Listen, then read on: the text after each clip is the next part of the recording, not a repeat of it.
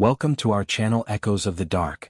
Today we discuss the most horror real story, the Forgotten Plague, Europe's disease that erased entire villages. You're a farmer in the 1600s. You wake up one morning with a fever. A strange, painful lump has appeared in your armpit. By nightfall, black spots are spreading across your skin. You're bleeding from places you shouldn't be bleeding. Within 48 hours, you're dead. And you're not alone.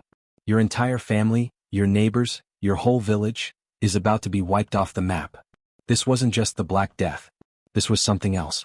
A plague so brutal, so efficient, it didn't just kill people, it erased communities from existence, leaving behind only ghosts and empty houses.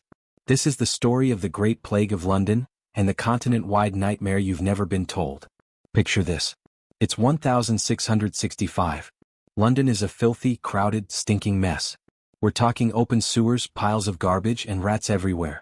But this new disease, it's different.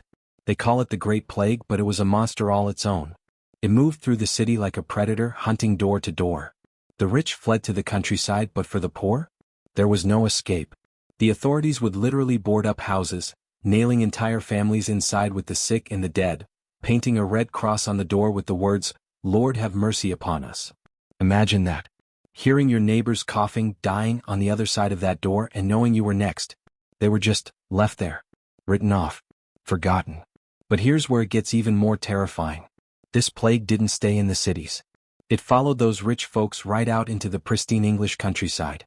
And this is the part of the story that truly haunts me. Small villages, places that had maybe a few hundred souls, completely isolated, they had zero immunity, zero defense. When a sick traveler arrived, it was a death sentence for everyone. Take the village of Eyam. You might have heard of it. They made an impossible choice.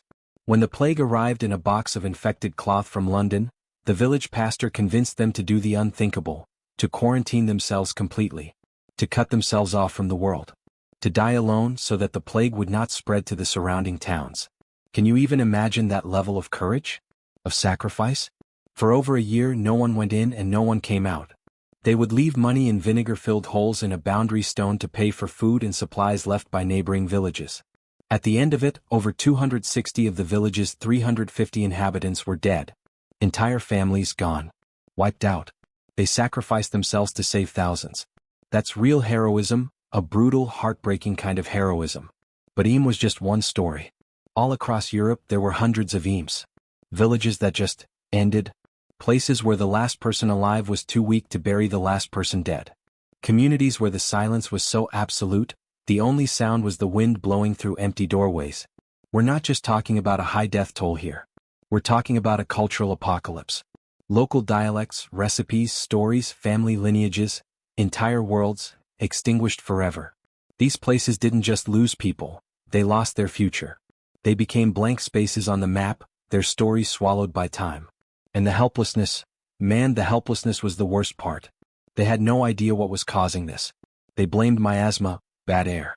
They blamed cats and dogs and slaughtered them by the thousands, which just let the real culprits, the rats, run wild. They wore these crazy beaked masks filled with herbs, thinking it would protect them. They tried everything. Prayers, potions, burning tar in the streets. Nothing worked. The disease was a ghost, an invisible reaper that nobody could see or stop. The constant ringing of the death cart bell, "Bring out your dead," became the soundtrack to a civilization watching itself die. So, what was this forgotten plague? It was bubonic plague caused by the bacterium Yersinia pestis, spread by fleas on rats. But calling it that feels too clinical. It was a perfect storm of misery. It was filth, it was poverty, it was a complete lack of scientific understanding.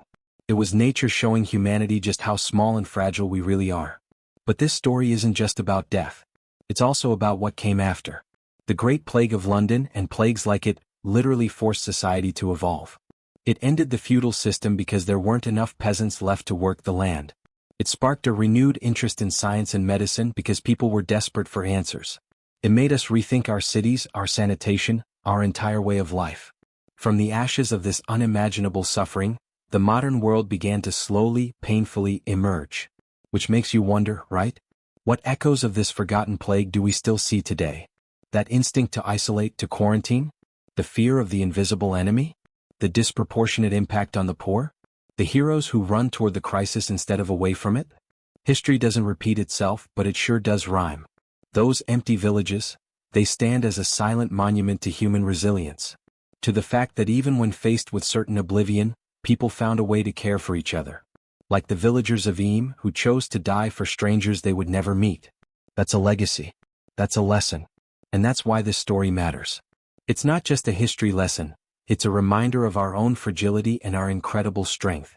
So the next time you drive through a small town or see an old, forgotten graveyard, just think about the stories buried there. The loves, the losses, the battles fought against an invisible enemy.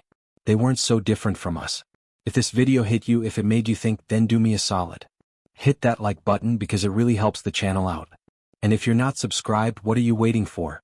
Tap that subscribe button and ring the notification bell, because we are digging up history's wildest, most intense stories every single week. We've got a video on the deadliest war you've never heard of coming up next, and you are not going to want to miss it. Tell me in the comments what other forgotten tragedies we should cover. Stay curious, folks.